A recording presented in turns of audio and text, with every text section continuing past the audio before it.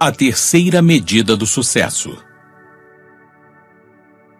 Em A Terceira Medida do Sucesso, Arianna Huffington, criadora de um dos mais relevantes sites de notícias do mundo, expressa como encontrar o sucesso nos elementos mais simples da vida, enfatizando os riscos associados ao estresse da vida moderna. Após ler este microbook, certamente você se sentirá estimulado a refletir acerca de suas escolhas e a definir um norte para construir uma vida mais feliz e equilibrada. Boa leitura. Além dos indicadores econômicos. Não é nova a ideia de que a felicidade deveria fazer parte do propósito de todos nós. Tanto que a busca da felicidade está consagrada na Declaração da Independência dos Estados Unidos como um dos direitos inalienáveis ao ser humano. Em 1968, Robert F. Kennedy enunciou de forma memorável a necessidade de inventarmos um indicador de sucesso mais amplo do que apenas os indicadores econômicos. Por muito tempo, subordinamos a excelência pessoal e os valores comunitários à mera acumulação de bens materiais. Nosso PIB leva em conta a poluição do ar e o número de ambulâncias para remover a carnificina das nossas estradas. Porém, não prevê a saúde dos nossos filhos, a qualidade da educação deles ou a alegria de suas brincadeiras. Não inclui a beleza da nossa poesia ou a força dos nossos casamentos, a inteligência dos nossos debates ou a integridade dos nossos dirigentes. Não mede nossa sagacidade nem nossa coragem, nossa sabedoria nem nosso aprendizado, nossa compaixão nem nossa devoção pelo país. Em suma, ela mede tudo, exceto o que faz a vida valer a pena. David Cameron, ex-primeiro-ministro da Grã-Bretanha, defendeu a mesma tese na conferência Google Zeitgeist Europa em 2006. Chegou a hora de admitirmos que a vida não se reúne a dinheiro e de enfocarmos não apenas o PIB, mas também o BEG, bem-estar geral. O bem-estar não pode ser medido pelo dinheiro ou transacionado nos mercados.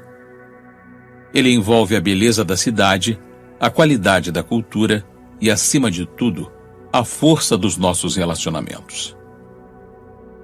A ideia de medir o bem-estar vem ganhando terreno. O diretor do Earth Institute, na Universidade de Colômbia, Jeffrey Sachs, que edita o relatório da Organização das Nações Unidas, diz: existe agora uma exigência mundial crescente de que a política esteja mais alinhada com o que é realmente importante para as pessoas. Na verdade, a ideia de medir o bem-estar está tão generalizada que a publicação inglesa The Economist declarou que a indústria da felicidade foi uma das que, surpreendentemente, decolaram durante o atual período de retração econômica. Devemos apoiar qualquer esforço em provar que somos mais do que a contribuição que damos à nossa conta bancária, ao resultado financeiro de nossos empregadores ou ao PIB do país. Mas para medir a felicidade e o bem-estar de forma apurada, é importante olharmos o quadro mais amplo. No Reino Unido, por exemplo, o Escritório de Estatísticas Nacionais baseou suas conclusões inteiramente numa pesquisa feita com 165 mil pessoas maiores de 16 anos, em que se perguntou quão satisfeitas estavam com suas vidas numa escala de 0 a 10. Com base nessa metodologia, a instituição constatou que o nível de felicidade subiu de 7,41 em abril de 2012 para 7,45 em março de 2013. Mas será que um aumento de 0,04 é mesmo significativo? Além disso, se você está infeliz, responder a uma pesquisa sobre sua satisfação com a vida pode não ser sua prioridade. E, de fato, metade das pessoas abordadas se recusou a participar. Este é apenas um exemplo do perigo de tirar conclusões com dados insuficientes. No entanto, é fácil encontrar dados concretos que contradigam os resultados dessa pesquisa. Em 2011, foram prescritos mais de 45 milhões de antidepressivos no Reino Unido, um aumento de 9% em relação ao ano anterior. Portanto, embora as pesquisas sobre índices de felicidade sejam válidas, elas devem ser ampliadas para incluir o máximo de informações possível. Um indicador mais eficiente deveria abranger não apenas o consumo de antidepressivos e pílulas para dormir, mas também taxas de alcoolismo, índice de suicídio, incidência de doenças ligadas ao estresse, gastos de assistência médica, percentual de empregadores que oferecem programas de bem-estar e horários flexíveis, número de dias de trabalho perdidos devido ao estresse. Mesmo assim, é significativo que tantos líderes políticos reconheçam que o bem-estar dos cidadãos depende não só do crescimento da economia, mas principalmente das mudanças que ela pode trazer para a construção de uma vida melhor. No nível pessoal, existem 3 passos simples que todos nós podemos dar para produzir efeitos consideráveis no nosso bem-estar. 1. Se você não é um dos poucos afortunados que já descansam o suficiente, tem uma oportunidade de melhorar rapidamente sua saúde, criatividade, produtividade e sensação de bem-estar.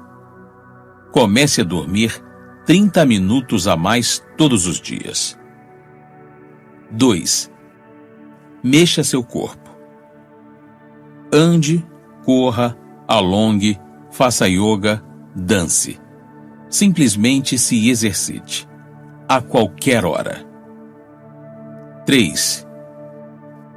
Dedique pelo menos 5 minutos do seu dia à meditação.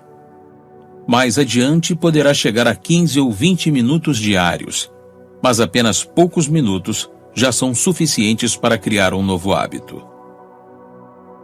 E aqui estão alguns passos simples para você começar a meditar. 1. Escolha um lugar razoavelmente tranquilo para começar sua prática e selecione um horário em que não seja interrompido. 2. Relaxe o corpo. Se quiser, feche os olhos. Respire fundo e confortavelmente, observando o ritmo da inspiração e da expiração. 3. Concentre sua atenção no ar que entra por suas narinas, enchendo seu abdômen e depois sendo liberado. Tranquilamente, sem esforço, observe sua respiração fluir para dentro e para fora. 4. Quando surgirem pensamentos, observe-os e conduza sua atenção de volta à respiração. A meditação não consiste em parar de pensar, mas em reconhecer que somos mais do que nossos pensamentos e sensações. 5. Algumas pessoas acham útil usar uma palavra especial ou uma expressão sagrada para trazer a consciência de volta à respiração, como o Om, Hu, paz, obrigado, graça, amor e calma. Você pode pensar nela sempre que inspirar ou usá-la como um lembrete sempre que sua mente começar a divagar. 6. É importante não transformar a prática de meditação em mais um fator de estresse em sua vida. Na verdade, reduzir o estresse é um dos grandes benefícios da meditação, assim como aumentar a intuição, a criatividade, a compaixão e a paz interior. Sabedoria. Viktor Frankl sobreviveu ao Holocausto, mas perdeu os pais, o irmão e a esposa grávida nos campos de concentração. O que ele extraiu daquele horror inimaginável se tornou a base de seu livro atemporal, Em Busca de Sentido. Nós que vivemos aquilo tudo, podemos lembrar dos homens que percorriam as barracas confortando os outros, oferecendo seu último pedaço de pão. Podem ter sido poucos, mas eles eram prova suficiente de que tudo pode ser retirado de um homem, exceto uma coisa, a última das liberdades humanas: escolher o próprio caminho, qualquer que seja a circunstância. E o que Frankl fez com aquela liberdade foi achar sentido em seu sofrimento. Se existe um sentido na vida, deve existir um sentido no sofrimento. O sofrimento é uma parte ineradicável da vida, assim como o destino e a morte. Sem sofrimento e morte, a vida humana não pode ser completa. Um dos grandes textos sobre a relação entre sofrimento, aceitação, sabedoria e transformação é o livro de Jó, na Bíblia, que indaga como devemos reagir quando as circunstâncias parecem injustas e arbitrárias. Em outras palavras, o que fazer quando coisas ruins acontecem às pessoas boas? Um fazendeiro abastado, chamado Jó, foi tema de uma disputa entre Deus e Satã. Satã acreditava que Jó era crente somente por causa de sua fortuna, e que, se sua sorte desaparecesse, ele renunciaria à fé. Assim, Deus e Satã concordaram em fazer uma espécie de aposta. Em pouco tempo, o gado de Jó foi destruído. Seus filhos morreram. Sua casa desabou e seu corpo foi tomado por úlceras malignas. Mas sua reação foi proclamar: Nu saí do ventre de minha mãe, e nu tornarei para lá. O Senhor o deu e o Senhor o tomou. Bendito seja o nome do Senhor. No final, Deus não apenas restaurou a fortuna de Jó, como a aumentou. A mensagem da parábola é que existe um propósito oculto, uma alquimia, no sofrimento, que é transmutado em sabedoria e força. Francine e David Wheeler perderam o filho Ben, de 6 anos, no massacre da escola Sandhook. Eles contaram para Oprah. O grande erro das pessoas é olhar para a vida e pensar: a vida não tem mais nada para me dar devido à minha tragédia. O segredo é que realmente não importa mais o que você espera da vida.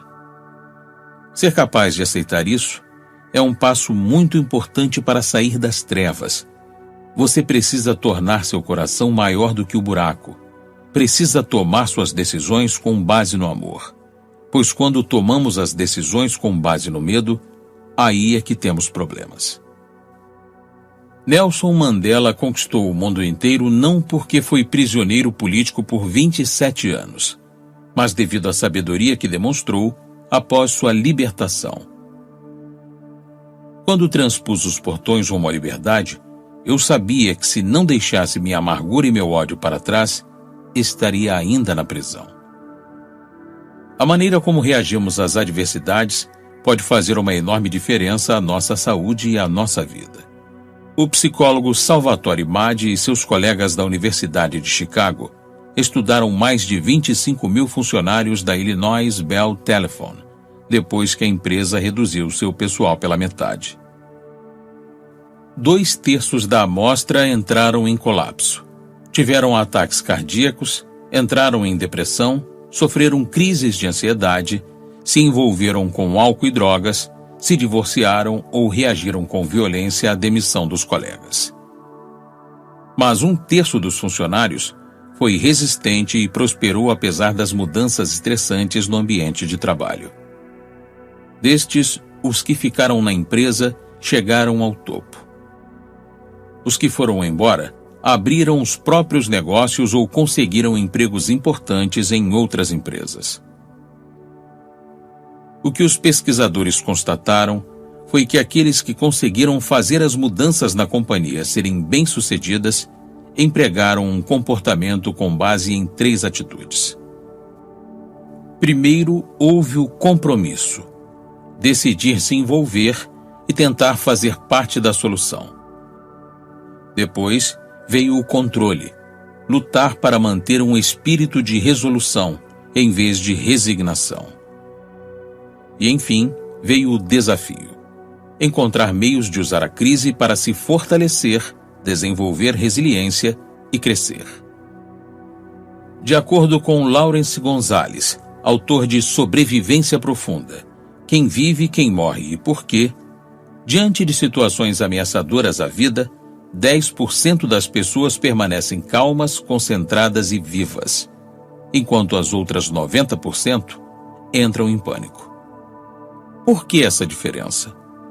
As pessoas que têm mais chances de sobreviver são aquelas capazes de enxergar oportunidades nas situações difíceis. Os sobreviventes estão sintonizados com a maravilha do mundo, escreve ele. A apreciação da beleza, a sensação de assombro, abre os sentidos. Gonzalez cita a experiência de Antoine de Saint-Exupéry, o aviador e autor de O Pequeno Príncipe, quando seu avião caiu no deserto da Líbia. Saint-Exupéry manteve a calma e procurou algo em que concentrar sua energia positiva. Aqui estamos, condenados à morte, e ainda assim a certeza de morrer não se compara ao prazer que estou sentindo neste momento, escreveu ele. A alegria que tiro dessa metade de laranja que seguro em minha mão é uma das maiores alegrias que já conheci. Achando algo, qualquer coisa, que nos permita manter a senda da esperança aberta e uma atitude positiva viva, podemos lidar com a perda, o sofrimento e a tragédia. Os sobreviventes sentem grande prazer até mesmo com seus menores sucessos, escreve Gonzalez. Enumere suas bênçãos, seja grato, afinal, você está vivo. Seja qual for a situação, a vida inevitavelmente nos desafiará. O importante é saber que dispomos das ferramentas internas para enfrentar os desafios. Existe uma grande diferença entre a aceitação estoica e a resignação. Não se deixar perturbar pelas dificuldades e frustrações do dia a dia não significa não tentar mudar o que está ao nosso alcance. A famosa oração da serenidade sintetiza a sabedoria estoica. Deus, dai-me serenidade para aceitar as coisas que não posso mudar, coragem de mudar as coisas que posso e sabedoria para distinguir a diferença entre elas. E a sabedoria para restringir a diferença vem da capacidade de abandonar um mundo estreito e autocentrado e partir para um mundo com uma perspectiva mais ampla. Tudo começa por pequenas mudanças diárias que nos colocam no caminho que queremos trilhar. Nossa autora sugere 3 mudanças que implementou em sua própria vida e que fizeram grande diferença para ela. 1. Ouça sua sabedoria interior e livre-se de algo de que você não precisa mais. Alguma coisa que esteja drenando sua energia à toa. Pode ser uma mágoa, um diálogo interno negativo ou um projeto que você sabe que não vai completar. 2. Faça uma lista de coisas pelas quais se sente grato e compartilhe com algumas amigas. Incentive-as a fazer o mesmo. 3. Estabeleça um horário à noite para desligar seus aparelhos eletrônicos, celular, tablet, computador, e deixe-os fora do seu quarto. Desconectar-se do mundo digital ajudará você a se reconectar com sua sabedoria interior, sua intuição e sua criatividade. O valor do silêncio. Nas grandes cidades, o silêncio é atacado em todas as frentes. Carros buzinam freneticamente. Celulares estridentes tocam o tempo todo. Pessoas falam sem parar. Lojas de rua colocam música nas alturas. Estamos sempre conectados, plugados, constantemente afastados do silêncio e da paz que ele tem a oferecer. Pergunte à sua alma. Recomenda ao poeta e romancista alemão Hermann Hesse na obra Minha Crença. Pergunte àquela que significa liberdade, cujo nome é amor. Não indague ao seu intelecto, não pesquise retrocedendo na história do mundo. Sua alma não reclamará por você ter ignorado a política, por ter se esforçado pouco, por ter odiado apenas superficialmente seus inimigos ou fortalecido insuficientemente suas fronteiras. Mas ela talvez o culpará por tantas vezes tê-la temido e fugido de suas exigências, por nunca ter lhe dedicado tempo para brincar com ela, para ouvir sua canção, por tê-la vendido por dinheiro, por tê-la traído para avançar.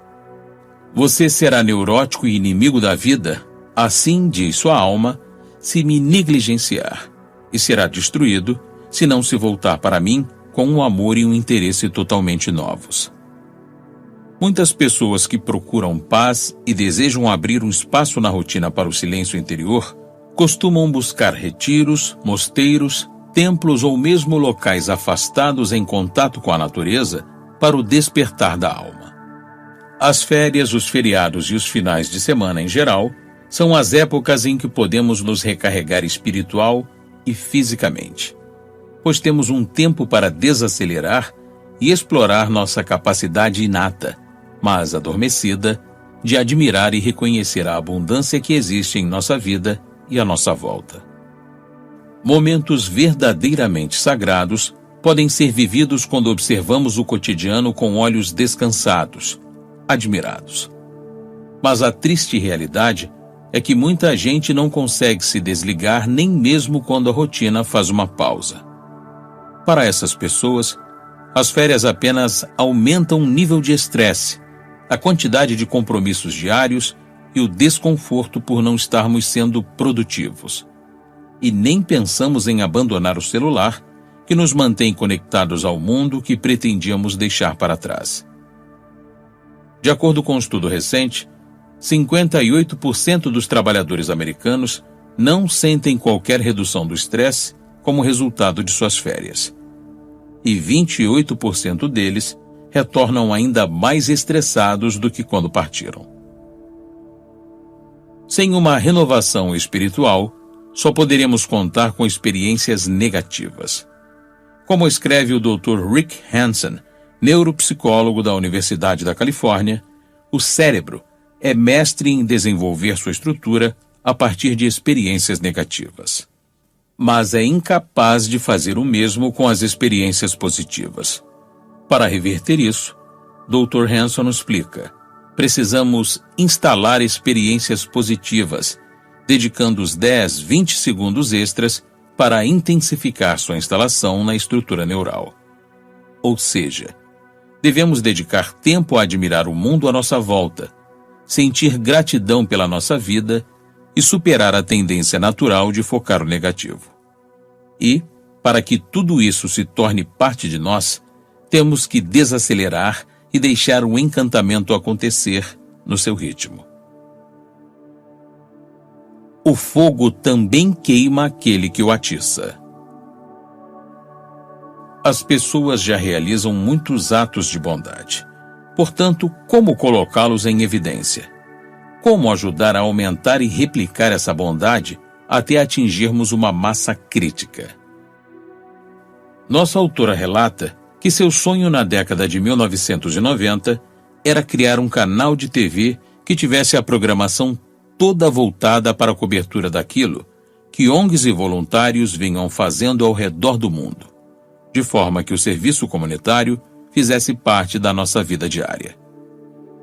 Bem, seu sonho não se concretizou da forma como imaginou, mas se tornou realidade na internet. No The Huffington Post, há várias seções que divulgam histórias comoventes de pessoas que não mediram esforços para ajudar os outros, às vezes bem pertinho, outras vezes do outro lado do mundo. A magia ocorre quando as pessoas reagem às matérias envolvendo-se, inspirando-se para passar de observadores a doadores. O reverendo Henry Delany passou uma vida trabalhando com dependentes de crack.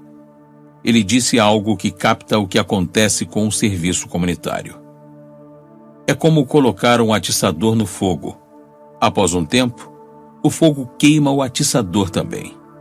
É assim que vamos chegar a uma massa crítica. Para um físico, uma massa crítica é a quantidade de material radiativo que precisa estar presente para que a reação nuclear se torne autossustentável. Para o movimento pró-serviço, é quando o hábito da solidariedade atinge um número suficiente de pessoas para começar a se espalhar espontaneamente pelo mundo. Imagine-a como uma epidemia de uma infecção positiva, em que todos são portadores em potencial. Existem portas no espaço que você procura, e existem portas que você aguarda. Estamos diante de uma determinada porta no tempo neste exato momento. Uma abertura para grandes possibilidades. O equivalente moderno à visão pré-copernicana do mundo plano é a atual visão do homem como um ser exclusivamente material. Esse erro tem dominado a maneira como vivemos e o que entendemos como sucesso. Mas hoje tudo está mudando. Percebemos cada vez mais que existem outras dimensões para uma vida bem-sucedida. E essas dimensões impactam tudo o que fazemos e tudo o que somos. Como resultado, algo tão vasto quanto o destino da humanidade depende de algo tão íntimo e pessoal quanto nossa vida individual. Como cada um decide viver, pensar, agir e doar. Abandonar nossos hábitos narcisistas e despertar nossa natureza doadora, que é do que o mundo e nós mesmos precisamos, é trabalho para uma vida inteira. Mas, de novo, começa com pequenos passos diários. E nossa vida diária é o supremo treinamento. Se você se convenceu de que sua meta é escrever o próximo best-seller mundial, talvez nunca comece. Mas terá bem mais chances de começar convencendo-se a escrever 100 palavras por dia. O mesmo processo acontece com a transformação pessoal. 1. Faça de pequenos gestos de bondade e doação um hábito e preste atenção em como isso afeta sua mente, seu corpo e suas emoções. 2. Durante o dia, faça contato com pessoas por quem você normalmente passaria sem falar. O caixa do supermercado, os garis da rua, o atendente do restaurante. Veja como isso ajuda a se sentir mais vivo e mais conectado com o momento. 3. Use um talento ou uma habilidade que você possua, contabilidade, decoração, culinária, para ajudar alguém que poderia se beneficiar com esse gesto. Isso impulsionará sua transição de uma pessoa dinâmica para uma pessoa caridosa e o reconectará com o mundo e com a abundância em sua vida. Notas finais. Dispomos, em média, de uns 30 mil dias para jogar o jogo da vida. A maneira como vamos jogar será determinada por aquilo que valorizamos. Os últimos estudos científicos comprovaram que, se venerarmos o dinheiro, nunca nos sentiremos realizados de verdade. Se venerarmos poder, reconhecimento e fama, jamais acharemos que temos o suficiente. E se vivermos a vida numa correria frenética, tentando encontrar e economizar tempo, acabaremos exaustos e estressados. Mas lembre-se de que, embora a sociedade nos incite a ganhar mais dinheiro e a subir cada vez mais alto na escada do sucesso, ela quase não nos estimula a permanecer conectados com nossa essência, a cuidar de nós mesmos e nos aproximar dos outros. Portanto, encontre um lugar para se erguer, um lugar de sabedoria, paz e força.